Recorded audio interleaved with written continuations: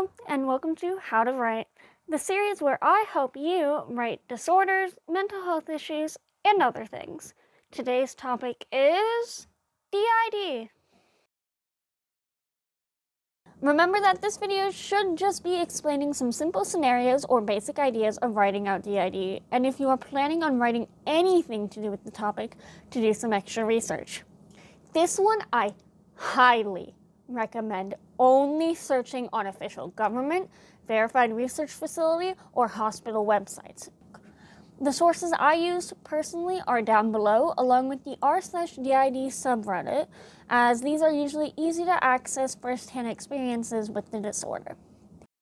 Dissociative Identity Disorder, also known as DID, is one of the most complicated disorders to correctly write.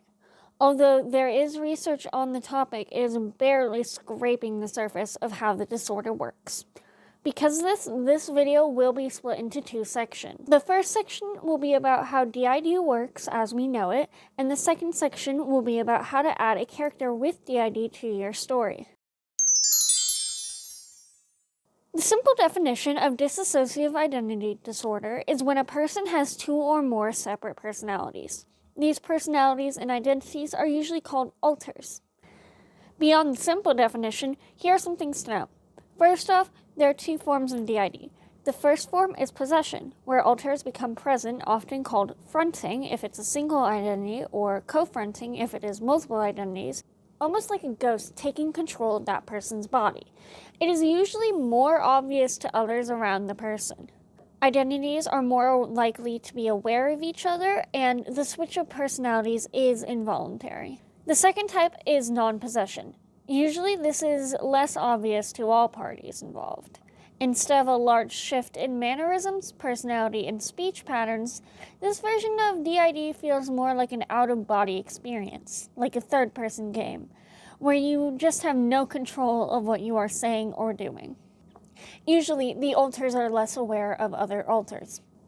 When someone has DID, they may or may not remember things that happen when other alters are fronting.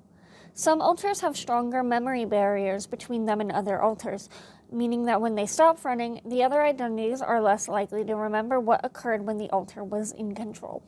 Other identities have low memory barriers, where although the control switches, the other alters can still remember what happened. This can change depending on what identity switches in and out. It is important to remember that every alter should be considered a different person. Each one of them has their own separate interests, past, gender identity, cultures, etc. It isn't uncommon to have one alter absolutely love bright neon colors and pop music, and have another love more muted colors and death metal in the same system. Pause. A system is the group or system of alters in a body. In a system, there is one alter who spends the most time out and about, and they're called the host.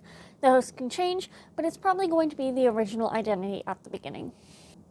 DID is usually formed from a large traumatic experience, like an abuser or multiple medical procedures when a person was very young. A person usually starts showing symptoms of being a system around ages 5 to 10. Okay, so how do I include a character with DID in my story? Well, there are a couple things you should do, but first off, I just want to say something. If you are planning to write the character as a spectacle, monster, villain, or have DID be the only interesting thing about the character, stop here. The community is already very misunderstood, and these stereotypes only hurt them more. With that out of the way, let's continue with actual tips. Step 1 is to start by writing a small system, because every alter you add is another character that needs a fully planned out story. Writing a system with a ton of identities can easily get alters confused with other alters in your story. If a person is aware they are a system, try to only use I when they are describing only their thoughts, not other alters' thoughts. When talking about the system as a whole, most of the DID community refers to themselves using we or us. Something to note is that a lot of systems, mainly those that deal with possession form of DID, are able to communicate with the other alters in their mind. So why is this important for a story? Well, you can fit this in very easily into your story, by having the character begin some sort of action and have the other alters respond to that action in a humorous, sarcastic, sweet, or maybe even condescending manner. One thing I've seen being common among people with DID is that the host has some sort of need for control, responsibility, perfection, and organization. Putting your character in situations such as making mistake after mistake, or having a new alter suddenly appear, making them seem less organized even when they're the host, can help show these complicated feelings. Not everything can be super happy though. I stated quickly earlier in the video how DID forms from heavy traumatic experiences when someone is young, so please do not skip over this. If you want to write a character who has this disorder, you need to fully explain to your audience in your story what they went through, especially if it is a very long-form story. Small side note, I understand that creating a character or headcanoning a character with DID for a short, fluffy story is a different dog. Don't worry completely about this point if this is what you are planning to write, though it is something to keep in mind. Alright, that's it for this episode. Happy writing!